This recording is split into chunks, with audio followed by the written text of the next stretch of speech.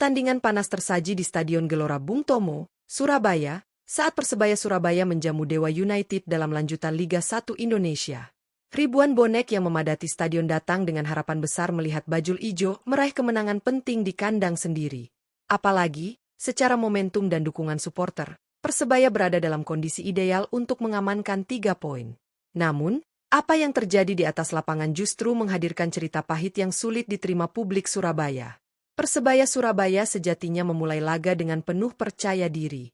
Anak asuh Bernardo Tavares tampil agresif sejak menit awal, menguasai bola dan menekan pertahanan Dewa United dari berbagai sisi. Intensitas permainan tinggi langsung diperlihatkan, seolah menegaskan tekad Persebaya untuk mengunci kemenangan cepat. Upaya tersebut akhirnya membuahkan hasil pada menit ke-23 melalui sebuah skema rapi yang diawali dari sisi kiri penyerangan. Overlap cerdas dari Catur Pamungkas yang muncul dari lini belakang menjadi pembuka keunggulan. Catur berhasil memanfaatkan ruang setelah menerima bola dari Gali Freitas, sebelum mengirimkan umpan mendatar yang diselesaikan dengan tenang oleh Francisco Rivera. Gol tersebut langsung menyulut euforia di Gelora Bung Tomo, sekaligus memperkuat dominasi Persebaya atas Dewa United. Namun keunggulan itu tak bertahan lama. Dewa United menunjukkan mentalitas yang patut diapresiasi. Hanya berselang 7 menit, tim tamu mampu merespons tekanan dengan cepat. Cafiatur Rizky tampil sebagai pembeda setelah melepaskan placing berkelas yang tak mampu dijangkau Hernando Ari. Gol penyeimbang pada menit ke-30 itu menjadi titik balik, membuat pertandingan semakin terbuka dan penuh tensi. Drama belum berhenti. Petaka datang bagi Dewa United pada menit ke-37 ketika Nick Kuipers harus menerima kartu merah usai melakukan pelanggaran terhadap Malik Rizaldi yang tengah berhadapan 1 lawan 1 dengan penjaga gawang Dewa United. Bermain dengan 10 pemain, Dewa United diprediksi bakal kesulitan menahan gempuran Persebaya hingga akhir laga.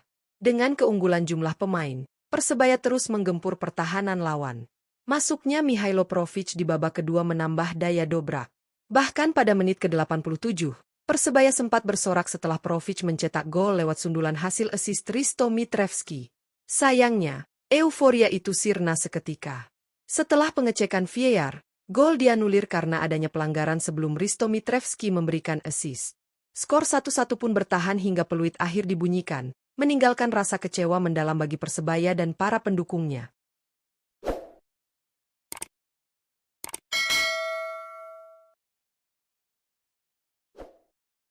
Memasuki babak pertama, Persebaya Surabaya langsung menunjukkan dominasi permainan di hadapan publik sendiri. Sejak peluit awal dibunyikan, Bajul Ijo tampil agresif dengan tempo tinggi, mengandalkan transisi cepat dari sisi sayap dan keberanian fullback untuk naik membantu serangan. Pola ini membuat lini pertahanan Dewa United cukup kewalahan, terutama dalam mengantisipasi pergerakan tanpa bola para pemain Persebaya. Bernardo Tavares tampak memberikan instruksi agar anak asuhnya berani bermain melebar. Gali Freitas dan Rivera kerap bertukar posisi, membuka ruang bagi Catur Pamungkas untuk melakukan overlap dari lini belakang. Strategi ini terbukti efektif dalam membongkar pertahanan lawan. Beberapa peluang sempat tercipta, meski masih belum mampu dikonversi menjadi gol tambahan. Keunggulan Persebaya akhirnya hadir pada menit ke-23. Gol bermula dari pergerakan Catur Pamungkas yang membaca ruang kosong di sisi kiri. Menerima bola dari Gali Freitas, Catur mengirimkan umpan mendatar ke kotak penalti. Francisco Rivera yang berdiri bebas dengan tenang menyelesaikan peluang tersebut menjadi gol.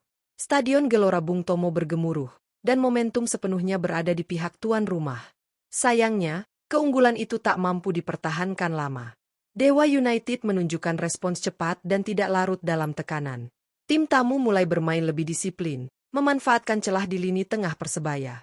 Pada menit ke-30, Cafiatur Rizky mencuri perhatian lewat aksi individunya. Mendapat ruang tembak di luar kotak penalti, ia melepaskan placing terukur yang meluncur mulus ke gawang Hernando Ari. Gol tersebut membuat skor kembali imbang dan mengubah dinamika pertandingan. Situasi semakin menegangkan ketika Dewa United harus bermain dengan 10 pemain.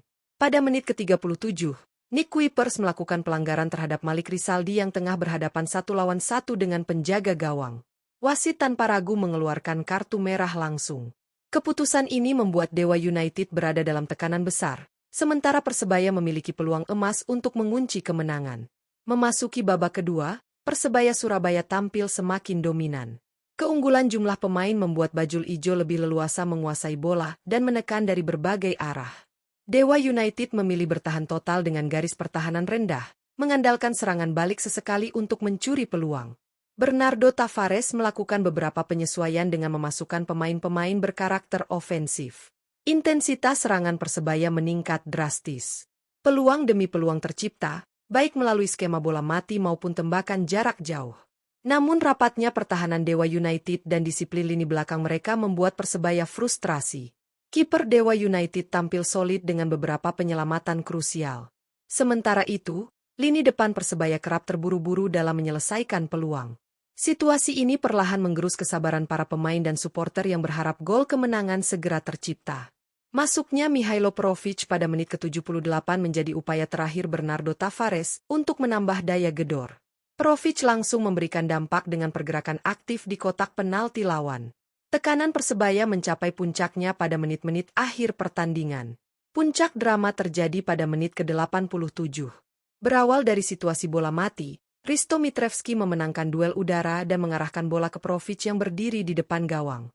Dengan sundulan tenang, Provic berhasil membobol gawang Dewa United. Stadion Gelora Bung Tomo kembali meledak dalam euforia, seolah kemenangan sudah berada di genggaman. Namun kebahagiaan itu tak bertahan lama. Wasit menghentikan pertandingan dan melakukan pengecekan VAR. Setelah beberapa saat yang menegangkan, keputusan diambil. Gol dianulir karena adanya pelanggaran sebelum Hristo Mitrevski memberikan assist. Keputusan ini sontak memicu kekecewaan besar dari pemain, ofisial, dan supporter Persebaya. Sisa waktu pertandingan diwarnai dengan tekanan tanpa henti dari tuan rumah. Namun hingga peluit panjang dibunyikan, skor 1-1 tetap bertahan. Hasil ini terasa seperti kekalahan bagi Persebaya, mengingat mereka bermain dengan keunggulan jumlah pemain selama lebih dari setengah laga. Dengan hasil imbang ini, Persebaya Surabaya harus puas berada di peringkat kelima klasemen sementara Liga 1 dengan raihan 32 poin dari 19 pertandingan. Posisi tersebut membuat persaingan papan atas semakin ketat dan menuntut konsistensi lebih tinggi di laga-laga berikutnya. Sementara itu, Dewa United patut diapresiasi atas semangat juang mereka. Bermain dengan 10 pemain, mereka mampu bertahan dengan disiplin dan mencuri 1 poin penting. Dewa United kini berada di peringkat ke-10 dengan 24 poin dari 19 laga, sebuah hasil yang dapat menjadi modal kepercayaan diri untuk menghadapi pertandingan selanjutnya.